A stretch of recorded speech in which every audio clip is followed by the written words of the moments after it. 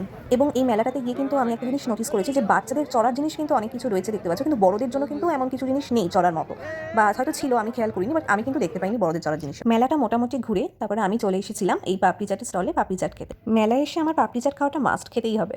এই মেলার সবচেয়ে বড় বৈশিষ্ট্য কি জানো? সাম্প্রদায়িক মেলবন্ধন। এই অঞ্চলে রক্তান গাজীকে কেন্দ্র করে হিন্দু ও মুসলিম ধর্মাবলীর মানুষ একসাথে উৎসবে মেতে ওঠেন। স্থানীয়দের কাছে এটি কেবল একটি ধর্মীয় অনুষ্ঠান নয়, বরং একটি বার্ষিক মিলন মেলা। কিছুক্ষণ পর আমি চলে এসেছিলাম ঘুগনি স্টলে ঘুগনি খেতে, আর এই কাকিমার ঘুগনি এত টেস্টি যে আমি নিজেও খেয়েছি এবং বাড়ির জন্য প্যাক করে নিয়ে গেছি বেশি করে। আর মেলায় এসে মেলার জিলাপি খাবো না তা তো হতেই পারে না, তাই মেলার এই গরম গরম জিলাপি ভাজা খেয়ে কিন্তু আমরা মেলা ভ্রমণের সমাপ্তি করেছি।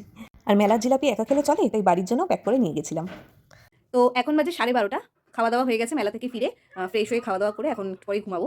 তো যাই হোক, তোমাদের এটাই বলবো যে আমরা মেলায় গেছিলাম 7:30টায়, যখন মানে মেলায় যাবো তখন বাজে 7:30, আর যখন ফিরেছি তখন বেজেছে 11:30। ঠিক আছে, মানে এতক্ষণ যে মানে কীভাবে মেলায় সময় কেটে গেলো আমিও বুঝলাম না।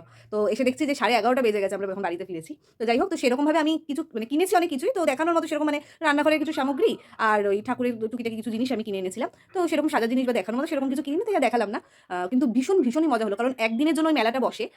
তো একদিনে প্রচুর ভিড় হয় আর প্রচুর দোকান, প্রচুর দোকান। মানে আমার তো মানে অনেক কিছু কিনতে ইচ্ছা করছিল। মানে এত দোকানে, তার মেলায় গেলে না একটা জিনিসটা থাকে যে এটা কিনবো না ওটা কিনবো। তো এই করতে করতেই সময় চলেছে। তো ভীষণই ভালো ঘুরলাম মেলাতে। আর তোমাদের সাথে এতদিন পর একটা ব্লগ শেয়ার করে খুব ভালো লাগলো।